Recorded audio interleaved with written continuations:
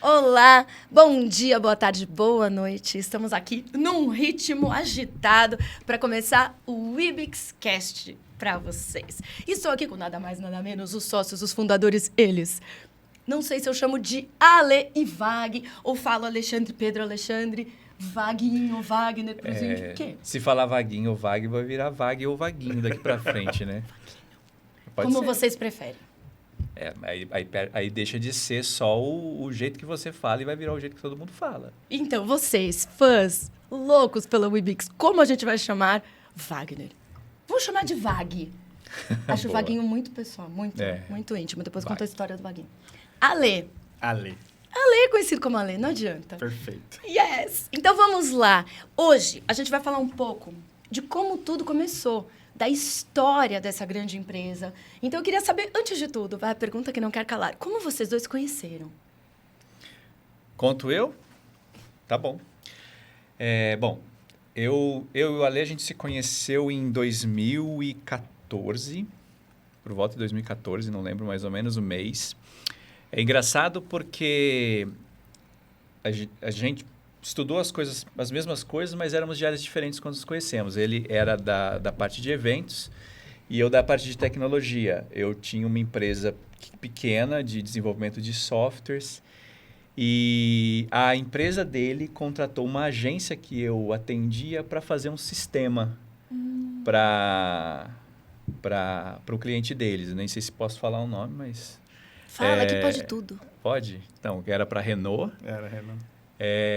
E assim, quando a gente foi ter a nossa primeira conversa, foi bacana porque assim, eu adorava fazer softwares um pouco fora da curva, assim. Eu não me contentava em fazer só função.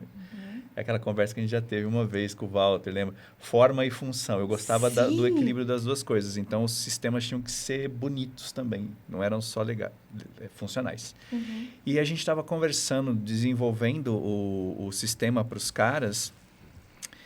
E aí, o Alês sempre foi assim. Tipo, vocês conhecem ele há pouco tempo, mas ele sempre foi assim. Do tipo, ele pede para você que o celular... tem uma tela touch, você fala, tá bom, eu vou fazer. Fala, não, mas então, além do touch, eu estava pensando que podia projetar algo também para cima. Eu falo Adorei! assim, Quando você acha que acabou, tá bom. começando. Acho que deu uma dificultada, mas acho que dá para fazer também. Então, mas eu queria que ele também, quando caísse no chão, ele tivesse um sistema que não quebrasse. Tá bom, dá para fazer. E aí ele falou para mim, mas cara, sabe o que é legal? Você é o primeiro desenvolvedor que fala que dá para fazer tudo.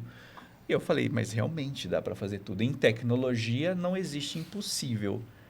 Tudo é possível. A questão é quanto tempo você está disposto a esperar para isso. E quanto vai custar. E quanto vai custar, né?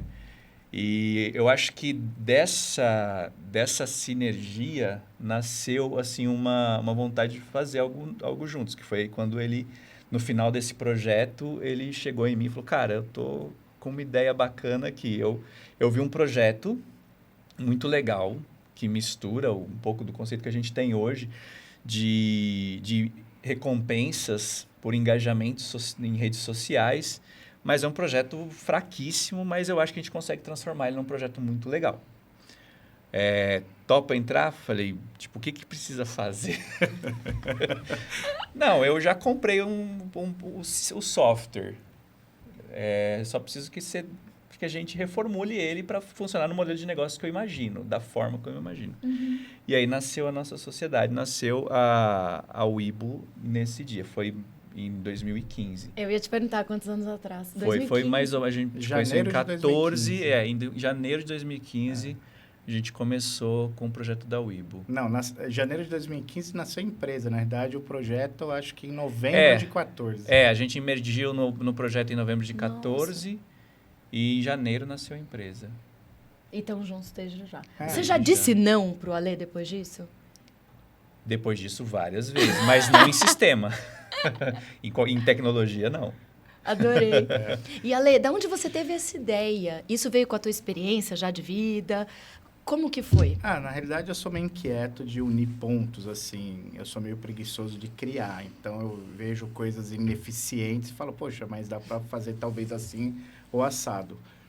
E o Wagner me chamou muita atenção porque realmente ele não falava não. E eu criava umas coisas mirabolantes, ele, dá para fazer. Aí eu já tinha estudado esse projeto, eu achava que o lance de social commerce era uma tendência, isso lá em 2014. Aí eu falei, poxa, eu acho que pode colocar uma pimentinha aí. Aí eu conheci um louco que desenvolve e que tem essa visão, porque eu precisava de alguém que colocasse isso para operar, funcional. Então, eu falei, poxa, nasceu. Só que naquela época, era muito incipiente todo esse lance de criptoativos, moedas, Bitcoin já estava começando a ser reconhecido, mas ainda muito incipiente, né? E já tinha algumas moedas, inclusive. Acho que deveria ter no mercado em torno de umas 300 ou 400 moedas no mercado, já naquela época. Uhum. Só que, assim, muito esse lance especulativo. E a gente pensou, poxa, por que não trazer todo esse mundo para a economia real, né? Beneficiando empresas e beneficiando os usuários. A moeda seria o link. E aí, eu expliquei todo o projeto para o Wagner, ele amou num primeiro momento e falou, poxa, eu topo. Eu falei, mas pode ser que a gente pene alguns anos aí. Na verdade, a gente planejou penar um ano só, né? Nossa! O combustível do foguete dava para um ano. E aí, enfim, foi assim que começou e foi muito legal. Aproveitando isso que vocês falaram agora, você já empreendia desde sempre? Ou você chegou a ser funcionário? Eu fui funcionário até 2008. E aí depois eu saí para uma sociedade para fazer eventos para as montadoras de carro. Então, atendia Renault, Volkswagen, várias montadoras. E nesse contexto eu era meio um sócio empregado. Tá. Só que você aprende ali todo o know-how e você fala, poxa, acho que vou seguir carreira solo. E aí... Peraí. Uma coisa que todo empreendedor já pergunta, né, de cara. Nesse comecinho, que você falou que era um sócio empregado, né? Que a gente passa muito por isso. Mas você estava entrando só com trabalho ou você tinha colocado dinheiro também? Não, tinha colocado dinheiro também. Então já tinha. Só que o lance é justamente esse, porque você acaba absorvendo muito trabalho ou quase todo o trabalho. E ali naquele contexto, eu conheci que se você forma uma equipe complementar aos seus conhecimentos, você pode tudo. E aí vai surgindo ideias. E nessa ocasião, a pessoa que eu trabalhava, um baita gênio, eu gostava muito de como ele trabalhava e tal. Só que, em contrapartida, ele não era tão bom com as pessoas assim. Mas era um gênio, perfeccionista, tudo certinho no lugar. Mas com as pessoas ele não era muito bom. Comigo, sim, sempre, maravilhoso. Mas com as pessoas, não. E com o tempo aquilo falou, poxa, eu posso fazer o que a gente faz muito bem e ainda ser bom com as pessoas. Exato. E aí nasceu a vontade de criar alguma coisa sozinho. E criei a minha empresa para atender as montadoras sozinho. Acabei atendendo quase todas depois. E logo depois a gente pensou em fazer a Wibix. E foi nessa empresa que você estava que o Vag desenvolveu o sistema. Exatamente. Isso. Perfeito. E Vag, você já tinha colocado o teu dinheiro ali em checkmate? Ou nessa época que vocês conheceram, você era executivo de alguma empresa? Não. Na verdade, eu nunca me dei muito bem em trabalhar para as pessoas, assim, tipo... Eu tentei quando eu era garoto, acho que o meu último emprego, acho que eu devia ter uns 19 anos. Dos 14 aos 19, eu trabalhava como empregado. Ele foi estagiário em algum lugar. Mas nunca deu certo. Aí eu percebi que eu funcionava melhor conduzindo a minha cabeça, seja lá no que for. Eu já tive várias coisas, já tive estamparia de roupa, quando era novo. Mas em 1999, eu me apaixonei por programação. Eu nunca tinha tido contato com um sistema de programação, com software, essas coisas. O primeiro computador que eu comprei foi em 1999. Uau! Que é meu mesmo. Antes disso, eu usava sempre assim, na escola, essas coisas. Né? Só que assim, eu não comprei ele para me divertir nele. Eu comprei para eu quero entender como funciona cada detalhe, cada aspecto disso daqui. Então, eu passava as noites, na época já tinha internet, de escadinha, né? Passava as noites em fórum, trocando ideia, aprendendo coisas. Aí aprendi a mudar alguma coisa dentro do sistema operacional e fui gostando cada vez mais disso. Na época, eu estudava publicidade, mas eu passava a maior parte do tempo estudando linguagens de programação.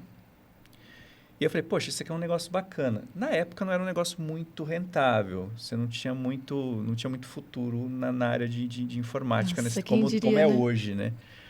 Mas eu gostava muito de fazer. Então, eu trabalhava numa estamparia que eu tinha de dia, estudava à noite e madrugadas afora eu ficava entendendo um pouco de programação. O que me levou em 2003, 2004, quando explodiu, muito pouca gente vai se lembrar disso, e talvez muitas pessoas nem saibam dessa época, mas em 2003, 2004, tinha uma tecnologia para fazer site chamada Flash. Tá. Que os sites eram muito feinhos no começo. Do começo dos anos 90 até o começo dos anos 2000, os sites eram muito feinhos. Flash é o que dava movimento. Era uma página de Word horrorosa com umas fotinhas. Era a história que vocês citaram no Isso. início da função, né? Só tinha função. E aí eu fiquei apaixonado pela linguagem de programação Flash e ela caiu no gosto das grandes companhias. Por quê? Ela dava movimento, você mexia com o mouse, o bichinho andava atrás do mouse, você podia criar jogos. Então, a tela do computador ficou muito interativa com essa tecnologia. Só que ninguém dominava ela no Brasil.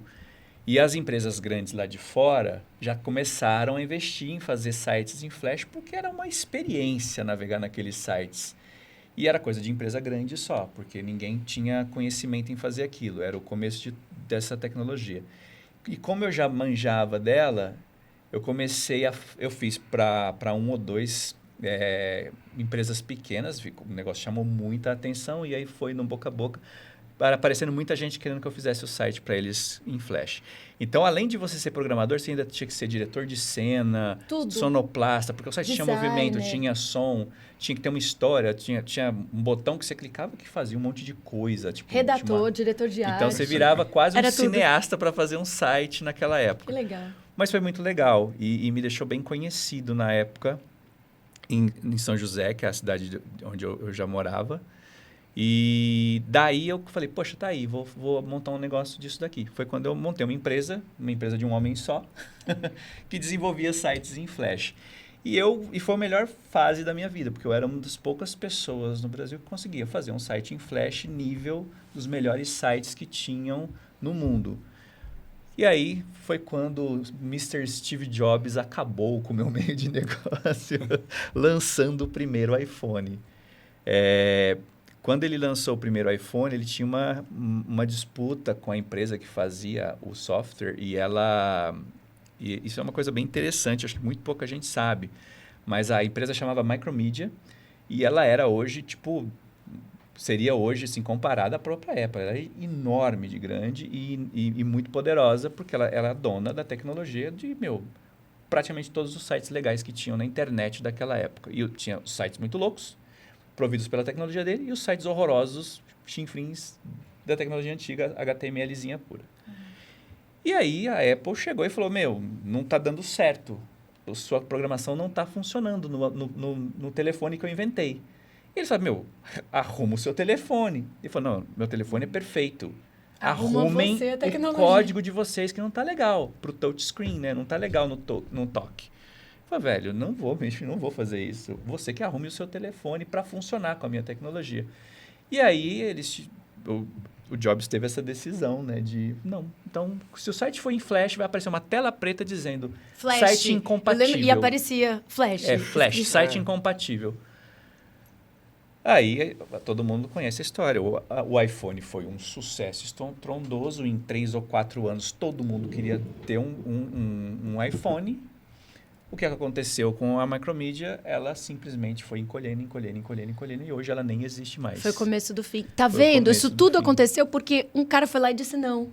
Foi lá e disse não. Não pode dizer não. O poder do não. Ele pegou uma empresa poderosíssima e disse, cara, você que tá errado, não é o meu aparelho, não. Adorei essa Quantas história. vezes nós já vimos isso na história, né? Blockbuster. Exato. A Blockbuster, lembra? Acho que era um diretor de marketing, um diretor operacional, falou para a diretoria na reunião, né? A empresa vai acabar, a gente tem que parar e tem que começar streaming. Ninguém ouviu, não deram ouvido. Exatamente. Sabe por quê? Nossa, me arrepio. poucas pessoas, empreendedores têm muito isso, de olhar 5, 10 anos para frente, 15. Mas eu acho que quem não empreende, quem é mais ali mesmo o executivo e cargos mais operacionais, eles pensam muito no ano. Sim. Né? Talvez até no mês, muitas vezes. E o empreendedor, ele pensa em 5 anos, em 10 anos. Então, é por isso que o empreendedor, ele sempre é chamado de sonhador. Uhum. Não, ele não é sonhador. É porque Ele é visionário. ele é visionário. Ele fica olhando sempre como que eu posso melhorar isso, ou como será isso de uma forma mais atraente, mais gostosa, mais funcional, enfim. Muito interessante o que você falou, porque isso é uma grande diferença mesmo e justifica porque vocês dois também não conseguiram trabalhar para os outros muito tempo. Quando a pessoa é mais brilhante, assim como vocês, e mais visionário, é difícil olhar para a meta daquela semana, né? Vocês estão olhando lá na frente. Não dá. E trabalhar para os outros que vão podar, que vão limitar, que vão colocar vocês numa caixinha, não faz nenhum sentido, né? Não. E é interessante como a gente vê que a gente tem vários bons exemplos nessa história, porque da mesma forma que a Micromedia foi disruptiva e ousada em ter criado uma linguagem de programação que já existia antes para desenvolvimento de videogame, mas ela tentou deixá-la leve e adaptável para a web e bombou. Foi uma ruptura assim, na forma de se fazer sites naquela época. Ela também foi um pouco, talvez, acomodada. Sim. E até um pouquinho prepotente em chegar e ver uma tecnologia nova, que era o telefone com tela touch, e falar, não, eu estou acima do Olimpo, você que lute. Então, do mesmo jeito que ela começou, o que levou ela no Olimpo foi essa inquietude, essa vontade de ser inovador, também foi a ruína, a hora que ela parou de ser isso e se acomodou. Ela tinha que ter visto a realidade da tela touch como o futuro. O futuro. Sim. E outra coisa também que você falou, é legal isso, né? Porque a gente não a gente está. Né? Eles estavam gigantes. Eles não eram. Né? Isso muda tão rápido. Esse momento cripto, esse setor que nós atuamos hoje, eu costumo falar que o Bitcoin é só uma marolinha do tsunami que vem a partir de agora com as aplicações reais de blockchain. O blockchain ele vai permear a Web 3.0 e novos produtos e novas profissões que virão, que ninguém nem sabe o nome, não sabe nem como que vai ser. Então, são profissões simples, mas que nesse mundo digital, ou dando acesso dos grandes players lá no chão de fábrica, esse link são as novas profissões. Só que elas não existem ainda, porque todos estão aprendendo agora. Então, é muito fácil a gente falar de blockchain, criptomoeda, metaverso, isso e aquilo. Só que é só bonito falar. Existe todo um time, um tempo, um amadurecimento pela frente para realmente as pessoas entrarem. Mas alguém está pensando nisso. Já estão olhando lá na frente. Porque virá, é inevitável. Então, lá atrás foi um pouco disso, da nossa história. Nós pensamos, poxa, se nós conseguirmos um ponto que vale dinheiro, com as pessoas beneficiando a empresa pelo trabalho dela, mas naquela época tinha muitos golpes, muitas pirâmides financeiras que usavam as criptomoedas e davam golpes nas pessoas e tal. Uhum. E isso era muito estigmatizado, assim. E aí eu pensei, poxa, e se a pessoa não pagar pela moeda? Ela não tem risco. Essa é a grande sacada, né? Pois é.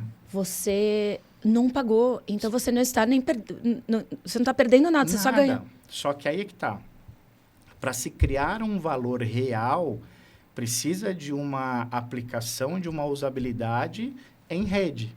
Então, nós pensamos, nós vendemos essa moeda para as empresas com a nossa tecnologia e com o nosso sistema criam N situações, as pessoas usam e ganham a moeda através do tempo dela, através da interação e do engajamento, mas, com isso, como a moeda tem uma quantidade finita, serão muitas empresas usando, muitas pessoas usando, e ela tem a lei da escassez. E aí vai começar a valorar e realmente ser desejada. Então, a Wibix é quase um passaporte para experiências, é um convite. Nós estamos sendo anfitriões dessa tecnologia, dessa nova... Porque as pessoas não sabem o que é blockchain. Sim. O que é isso, aquilo. Às vezes, quando a pessoa se cadastra e faz um engajamento com uma empresa, a pessoa já está inserida em blockchain, em um Web 3.0, ela tem uma wallet na carteira, onde ela mesma é o banco dela mesma. Então, você vê, olha o tanto de inovação que uma única pessoa tem ao só se cadastrar no nosso sistema. Só que ela não percebe. Isso é legal. Ela continua fazendo o que ela já faz nas redes sociais. Sim. Que é, de repente, compartilhar uma promoção ou uma venda para um amigo. Indicar, né? Enfim. Agora, com o jogo que nós vamos lançar com o Wibix Go, capturar o que já fazia no Pokémon Go, só que agora ela ganha produtos e serviços por isso, ela ganha cashback, ela ganha desconto, ela ganha moeda. Então, enfim. O usuário já está inserido dentro desse contexto, que é o futuro presente, mas ele acaba nem percebendo, porque não tem dificuldades para entrar, não tem traves, não tem nada, né? A pessoa está lá. Deixa eu perguntar uma coisa, que eu sempre quis saber, eu nunca perguntei. Por que chama Weibo? De onde veio o nome? Quem criou? Então, é uma grande pergunta. O Weibo foi um sistema que eu comprei lá atrás, em que eu cheguei para esse nobre senhor e falei, nossa, 2014. Eu achei isso, aquilo e não sei o quê, muito legal, a gente vai arrumar o projeto agora, porque eu quero isso. Ele olhou o sistema e simplesmente, se fosse um papel, a analogia seria assim, ó. Jogou no lixo? Exatamente. Não serviu para nada? E você já tinha comprado? Já tinha comprado. E aí? E aí nós criamos todo o processo novo. Ele codificou todo o processo novo. Era uma porcaria. Algumas vezes. E aí, em um tempo atrás, a gente foi mostrar para o Roberto Justus lá atrás, em 2015, talvez? Foi em 2015. Ou 2016, eu não Roberto lembro. estava na Young Rubica. Você foi lá. O Taralho, ele chamou o Fernando que era Taralho da VML. Que era da VML ainda. Ele foi lá como o consultor dele. Que era o que entendia um pouco mais do assunto. Ou deveria. Ele falou, porra, não entendi nada do que você falou, cara. Não sei se funciona. Não sei. Taralho, o que você acha? Ele falou, pô, o negócio é interessante, mas será? Mas assim, ficou naquela. Só que no finalzinho, ele falou assim, Weibo, pô, mas gostei desse nome. Não tô acreditando. Um nome gostoso. O Roberto falou isso? Falou foi isso. assim? Foi assim. E a gente já estava com consultoria de para nome mudar o nome e tal. Mas o nome era eu legal. tinha pago. Aí eu falei, esquece a mudança de nome. O Weibo é um ótimo nome. Não Olha sabia só, que foi assim. E anos depois, o Roberto, sócio da empresa. Nossa, quem diria? 4 anos, 5 anos depois? 5 anos depois. Uau! E aí, a moeda? Para criar o Wibix foi mais fácil? Foi mais fácil, porque o Wonderful Internet Exchange. Como que eu não sabia disso? Lindo, que né? lindo! Gostei. E o sapinho? E lembrado... o sapo foi uma ideia da questão desse avanço, né? Desse desse pulo? salto salto? que se dá na... Aí você vai ter vários motivos para ver esse salto, né? Mas foi muito legal. Foi a Marina Perclivanes, que foi uma conselheira nossa e foi uma querida, porque ela escreveu um livro chamado Economia das Dádivas. Então, essa economia compartilhada, essa outra economia, ela vê muito isso. E quando ela olhou para o mundo tech de criptomoedas, blockchain, high-tech, isso, aquilo, ela falou, poxa, gente, todos os logos das moedas são frios. Muito tecnológico. Não tem nada. Não tem nada orgânico. E se a gente pensasse alguma coisa que a fora criança da caixa. E o idoso, ele também perceba a mesma coisa, né? E aí ela criou o sapinho com esse lance do salto para o futuro, salto... Muito legal. Que é tudo um salto exponencial, é tudo. Exato. E aí nós adoramos, foi de primeira e nós gostamos muito. Muito bacana, adorei também. E aí, me conta como foi a volta de Roberto Justus. Roberto, não, algumas vezes, né? O Roberto a gente sempre mostrava os avanços do projeto. Porque pra como você sempre foi inserido no contexto de publicidade, vocês sempre tiveram nas mesmas relações, né? Sim, No mesmo lá- segmento. Lá atrás, eu já tive uma startup junto com o Roberto, que ele odeia, O quê? ele quer matar, se lembrar do nome Adoro, dessa fala que eu startup. vou lembrar ele muito. Que era a Megamed. E aí- Megamed, você tava na Megamed? Sim, eu fiz a Megamed praticamente Nossa. operacional inteiro. Fiquei dias sem dormir operacional. Eu treinava os médicos, para você ter Não ideia, acredito. para o atendimento e tudo mais. E ali começou o contato com o Felipe Prata, com a Nest, na época tinha Com o esse próprio movimento. Bruno, porque o Bruno estava D'Ancona. nessa. O Bruno D'Ancona, que é o sócio da Tricorp, que hoje é um dos seus investidores, né? Sim, nosso sócio também. E o que é legal, lá atrás, quando acabou a Megamed, o Roberto puto da vida, né, com o negócio, porque era muito incipiente também. Naquela época não existia clínica médica popular. Sim, a ideia era ótima. A gente estava desbravando e tal, mas enfim, hoje tem uma a cada esquina. E quando eu saí, eu lembro como se fosse hoje, numa discussão com o Roberto, calorosa, eu falei, ainda vou ser seu sócio. Pode escrever isso. Que ousado. E olha aqui, hoje ele é meu sócio já. Já faz 3 anos. 2020? Quando que ele Foi em entrou? 2000, 20? foi em 2020. 20, né? já Uau. quase. E aí vocês vieram juntos com a proposta apresentada? Sim, e a gente sempre É. mostrava para ele os avanços, sempre.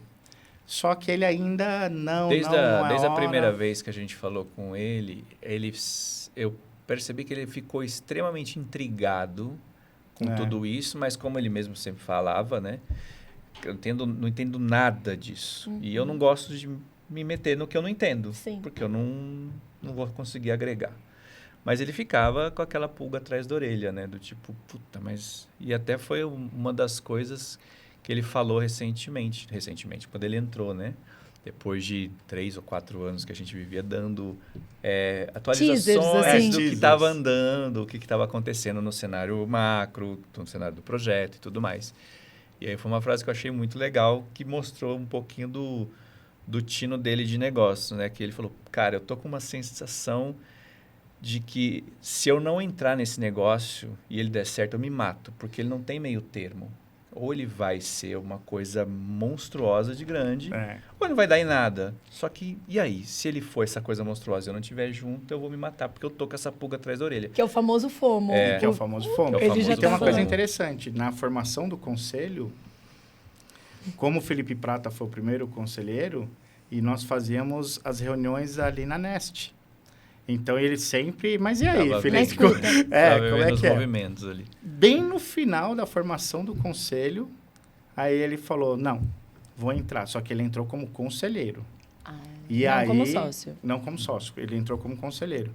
Mas já logo na sequência, ele entendeu que aquilo fazia sentido e ele gostou da experiência porque ele começou a emergir. Aí você sabe, quando ele começa a emergir... Aí aí pronto. A própria trajetória A visão. do projeto, né? Ela foi sempre pautada por esse ceticismo e depois por essa aceitação. Eu lembro que as primeiras reuniões que eu e o Ale fazia assim com um prospecto a cliente, né? A gente foi em inúmeras indústrias, varejistas, presidentes shoppings, de bancos, empresas... falava com Deus e o mundo.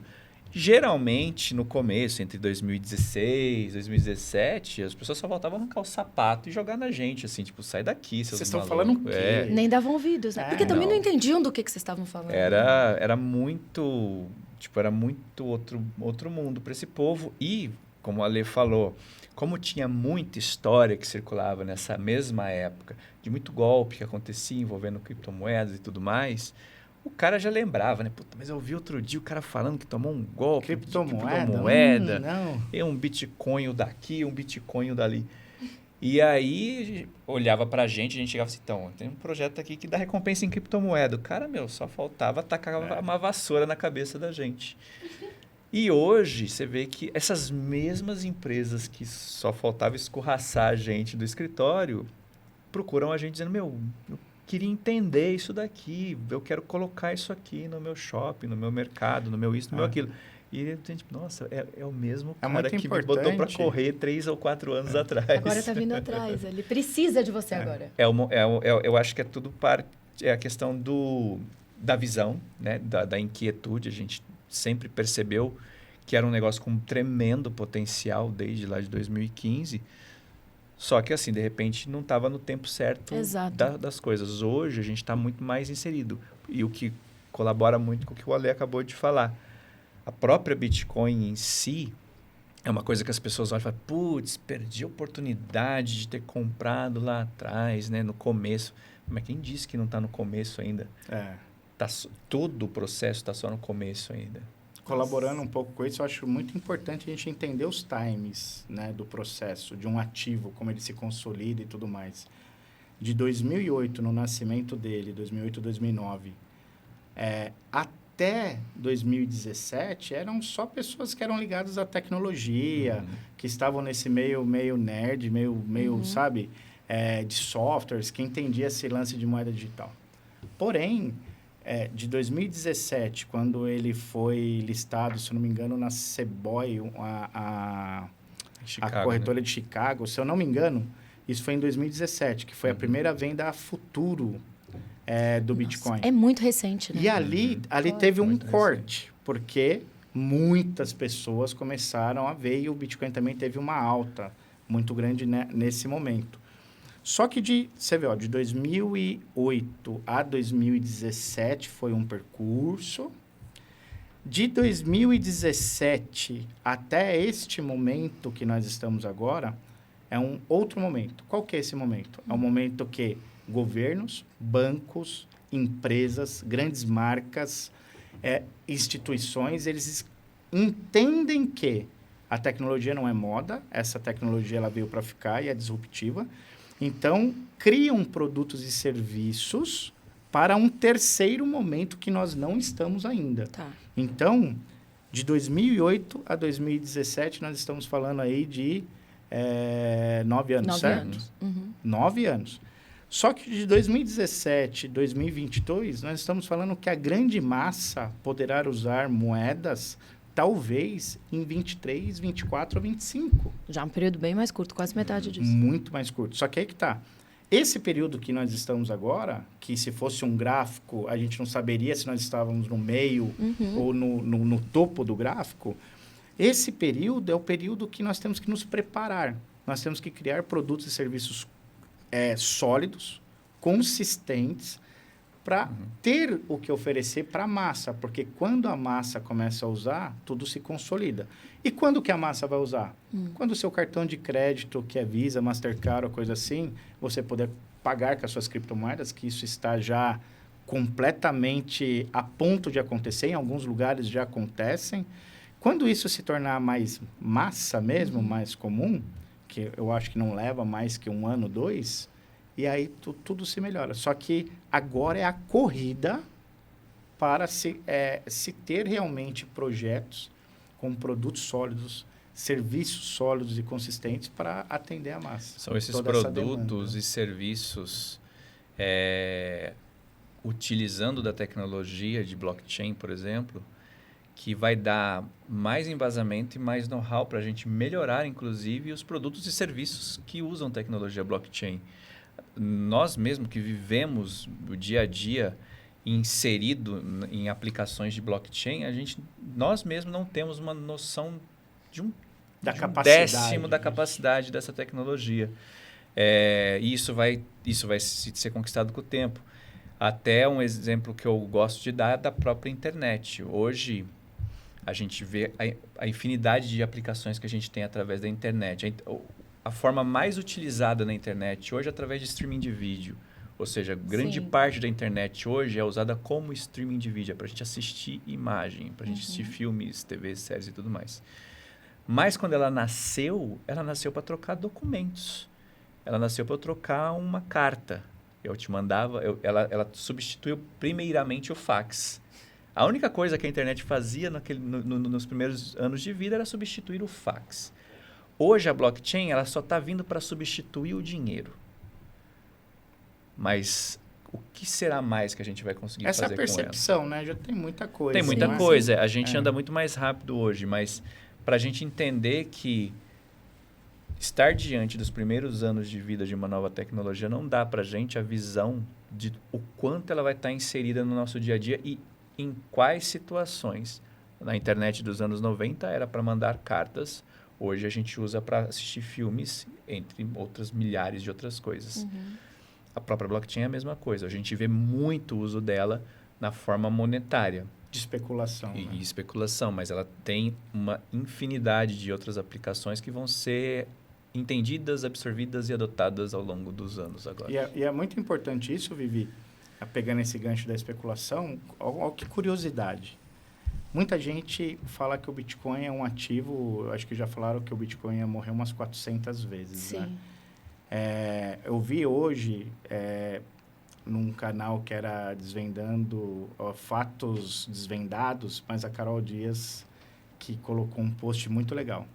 Ela colocou assim, se você tivesse investido R$100 em Bitcoin em 2010, quanto que você teria hoje, neste exato momento? Quanto?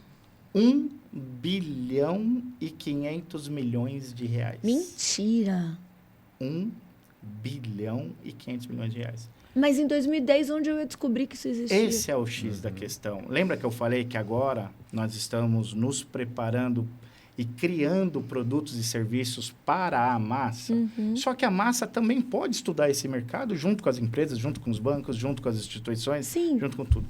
Então, este conhecimento que te leva a entender se um projeto é legal, se não é. Deixa eu aproveitar essa sua deixa. Pera, mas aqui antes a pergunta que não quer calar. Você investiu R$100 em 2010? Estamos aqui do lado de um bilionário e não sabemos? Olha, eu confesso que em 2012, Já que ele estava inserido no 2012, 2013, eu tinha um nó de Bitcoin no meu laptop. E eu ficava minerando ali para entender o funcionamento da blockchain naquela ocasião. Mas com um intuito curioso. E eu sou uma das milhares de pessoas que deve ter lá uns 12 ou 13 bitcoins perdidos para sempre, porque eu não me lembro da chave Ai, não acredito. de acesso Você teria um que eu bi. deixei lá. Mas eu tenho esse notebook até hoje guardado. Então, quem sabe o caminho? Quem sabe um dia Vai que, né? eu Vai deixo que. ele lá. Mas o que eu ia perguntar, de acordo com o que você falou, vocês dois me ensinaram uma coisa. Quando eu comecei a me aventurar neste mundo, eu ia pro que era bonitinho, fofinho, um nome que eu gostava. Eu não sabia como entender e avaliar o que valia a pena investir ou não. Né? Eu lembro que eu vi um cake e achei bonitinho. Eu pelos nomes, tinha o nome da minha prima, achava legal. Que eu acho que a minha história é de muitos. Sim. Porque eu nunca conversei com alguém que soubesse. Olha... Bom, tomara que você tivesse achado o sapinho. macaquinho do Bored App legal, então, né? O cachorrinho. Né? É o Shiba, né? O Shiba. Não gostei do Shiba. Tá vendo? Não. Mas vocês me ensinaram que a ideia é a gente entender o propósito por Exato. trás daquela moeda. Exato. Né? Então, para deixar bem claro, assim, se vocês pudessem escrever em uma frase, qual é o propósito da Webix? Ter uma mídia descentralizada. Nós criamos produtos e serviços para que haja engajamento entre empresas e pessoas. Nós somos o link. O propósito é criar valor para as pessoas e criar valor para as empresas, através da Webix. Uau! Foi muito resumido, adorei. O que, então, eu ouvindo isso, né? Pensando, tô lá leiga no assunto, ouvi esse propósito, entendendo que a Web 3.0 é sobre descentralização, eu entendendo que os grandes influenciadores de hoje já têm pouquíssimo engajamento comparado com os pequenos e nano influenciadores e que, de fato, as marcas têm que distribuir essa comunicação e você, é tete a tete essa venda, já me faz entender que eu preciso investir nisso. Todo mundo agora pode... Todo mundo sempre foi, mas agora você consegue mensurar isso. Mas todo mundo é uma mídia, né? Cada um de nós é uma Você falou mídia. sempre foi, mas, por exemplo, a Webix faz com que a minha mãe seja uma mídia. Hoje, por mais que ela tenha lá o Instagram, o Facebook dela, ela não se sente isso, né? Sim. Até ela começar a entrar no Sim. contexto. Quando ela faz alguma coisa que ela sente que a moeda caiu e ela vê o saldo dela crescendo, aí cai a ficha. É. Eu me autocontratei. É. E isso cria um poder de pertencimento muito legal. Porque as pessoas começam a se identificar com a plataforma, com as empresas, o que dá para engajar ou não. E nós estamos, neste momento, justamente respondendo até um pouco o seu lance. Poxa, mas como que se vê, né, no mercado um bom projeto, isso, aquilo? A gente tem um feeling do que é factível, do que não. Por mais que coisas que são... Não, salvar os oceanos, tem umas coisas assim. Tem coisas que você sabe que assim, olha, poxa, se essa tecnologia e esse propósito realmente resolver este problema, faz sentido. Por exemplo, o nosso. O nosso é fazer com que a empresa, ela use as pessoas como mídia, tornando as pessoas mídia divulgando seus produtos e serviços e, ao mesmo tempo, vendedores vendendo seus produtos e serviços. A minha pergunta para você, faz sentido que a empresa queira isso? É mais barato para a empresa usar desta forma? Uhum. Então, o importante é que agora nós, dentro da plataforma, criemos várias situações onde isso cada vez mais fique atrativo, tanto para a empresa quanto para os usuários. E aqui está o nosso desafio do dia a dia. Porque a gente está falando da mais alta tecnologia que existe hoje. Eu ia falar isso agora. Falando de tecnologia de ponta, porque a gente já está quase encerrando esse podcast, eu não queria deixar de falar do ITA. Sim. Eu queria muito aproveitar essa deixa de tecnologia de ponta. A gente entende, você mesmo falou isso lá no começo, a falta de profissionais que a gente tem nesse mercado, né? Sim. Principalmente Sim. de desenvolvedores, de conhecedores, Sim. né? De gente que você pode... Não é uma coisa que você vai sentar agora e treiná-lo e daqui uma semana ele está vendendo alguma coisa, né? Então, como que foi para vocês essa busca pelo que há de melhor no país e encontrar esses caras e fazer uma parceria e agora sim poder nutrir a empresa desses melhores talentos? Isso dá um outro podcast, porque... Vai ter, merece, porque, na merecido. verdade, a busca pelo ITA, o primeiro impulso foi uma profunda necessidade. Sim. Nós falimos. Ah, foi assim? Foi assim. Sabia que era uma necessidade, achei que era uma por talentos, não por É. comer. Não, um dia nós estávamos... Quantos anos depois? De Foi 2017? 2016. Já no final de 16? 16? Porque a gente passou 1 ano e meio muito intenso em buscas de profissionais que Tá. entendessem o processo. Uhum. E aí nós tínhamos, primeiro, uma equipe muito grande interna, que fez uma plataforma e não deu certo. Depois, nós fizemos uma equipe toda home office na Índia, Japão, Estados Unidos, Pelo mundo Rússia todo. e tal, e não deu certo. E aí depois a gente fez uma mista e não deu certo. Aí estamos em 17 já? É, Mais ou menos foi 17 já, foi né? 17. E aí? Só que nisso indo muito dinheiro, porque eram Porque além de tudo é testes. caro. É caro, né? né? Isso indo muito dinheiro. E a gente não tinha dinheiro na época. A gente achava que tinha um dinheiro suficiente. Claro, nunca E não imaginou. tinha. E aí chegou ao ponto de, tipo assim, nós só temos a equipe, mais nada. Temos mais 3 meses e estava naqueles 3 meses de colocar no ar. Só que a equipe não conseguia. E aí, quando a gente falou, cara, calma, o propósito está certo, a gente vai achar a solução. E, infelizmente, aquela equipe daquele momento falou, tchau. Não vai. Aí, um belo dia, eu olhei para esse senhor, eu e ele, chorando, na casa dele. Cara, falimos, não tem mais para onde ir, porque não tem dinheiro, não tem equipe e abandonaram. Nossa, até me arrepia. E não Não funciona tem pra o onde sistema. ir. O sistema não está no ar. Não está no ar.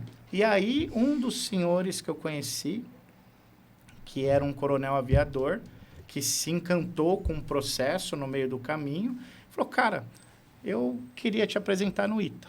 Foi assim. Foi E não assim. existem coincidências. Vocês já são de São José, né? Uhum. Só que quando nós chegamos lá, foi uma coisa meio... O que vocês estão fazendo aqui, né? Tipo, meio estranho, né? Mas do tipo, eu não sei do que vocês estão falando ou quem vocês pensam que são.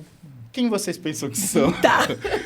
Mas aí o professor Adilson Marques da Cunha, que é um querido, ele nos recebeu muito bem, mas falou, olha, a instituição, ela não funciona assim.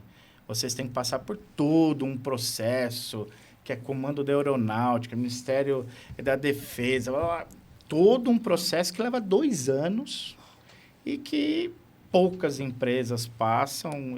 Nós temos uma fila aqui de grandes multinacionais que não têm projetos aqui dentro, porque para você ter um projeto aqui dentro, ele tem que fazer sentido para o comando da aeronáutica e para o Ministério da Defesa. E só para deixar bem claro aqui para quem está nos assistindo, quem hoje está lá no ITA, a Vale, não é?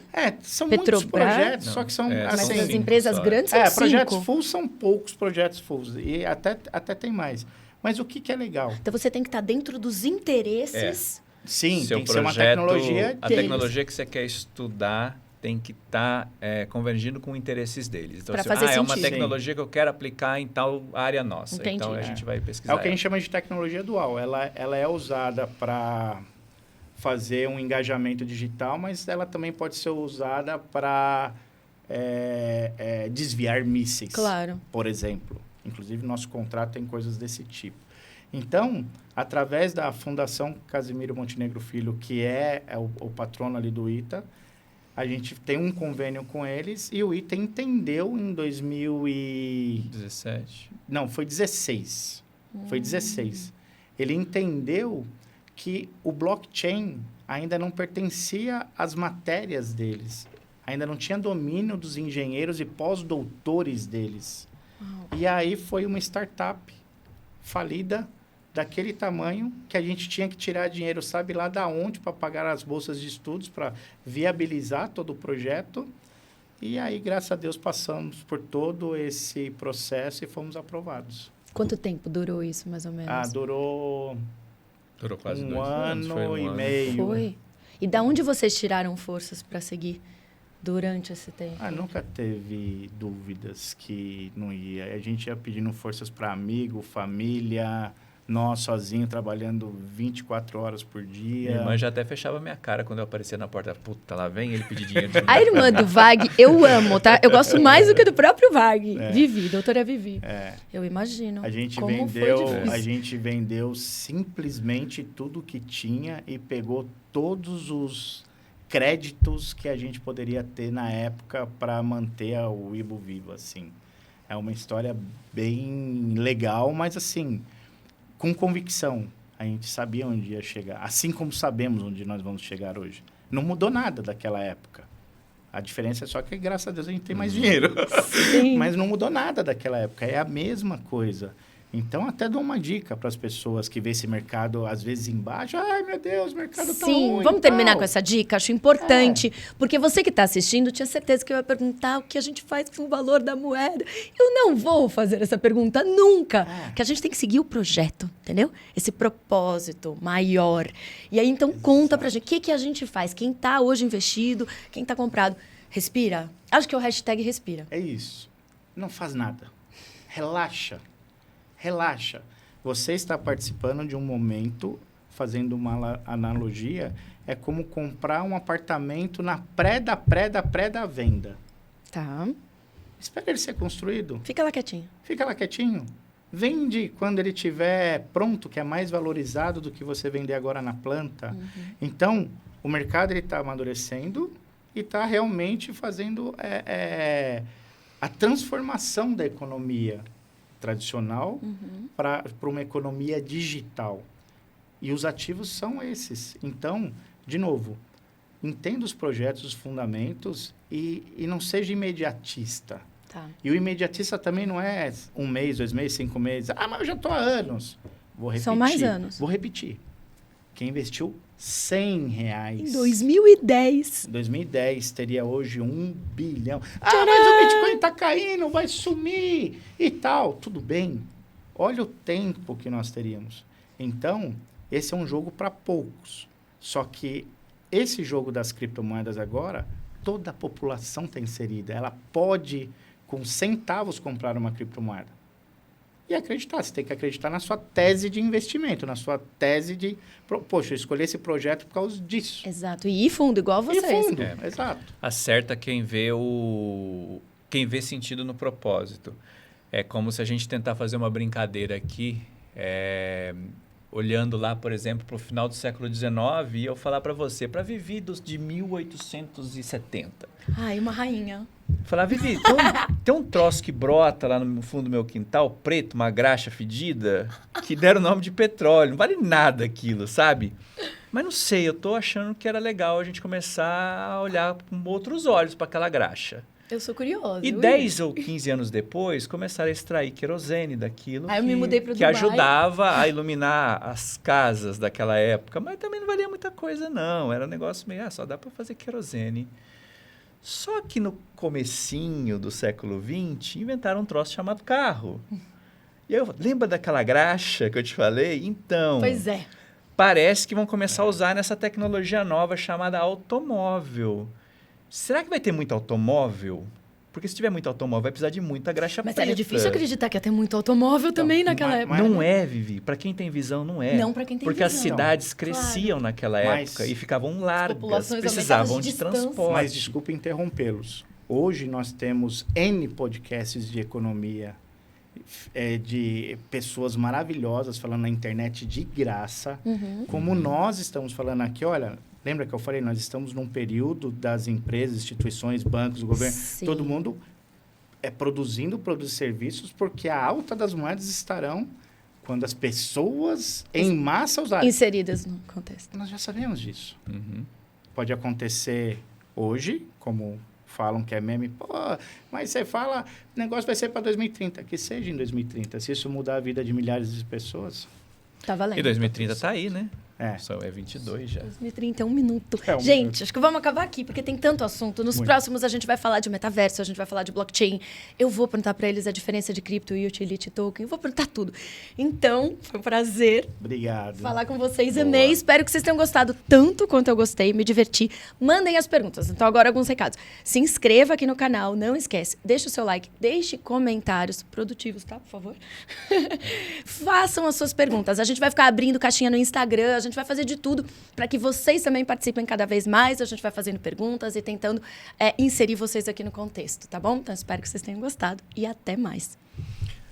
Até a próxima, pessoal. Foi muito legal participar desse primeiro Wibixcast. Tem que acostumar com o Wibixcast, né? E a gente está muito feliz de poder promover esse conteúdo. A gente espera com ele poder ajudar bastante as pessoas com um pouco do nosso dia a dia, com um pouco da nossa paixão por tecnologia, por inovação. E, à medida do possível, ajudar o máximo que a gente puder a instruir e a informar as pessoas que gostam do tema e das coisas que a gente vive no nosso dia a dia aqui na Wibix. É isso. Obrigado, pessoal. Esperem muito compartilhamento de conhecimento da nossa parte. Valeu.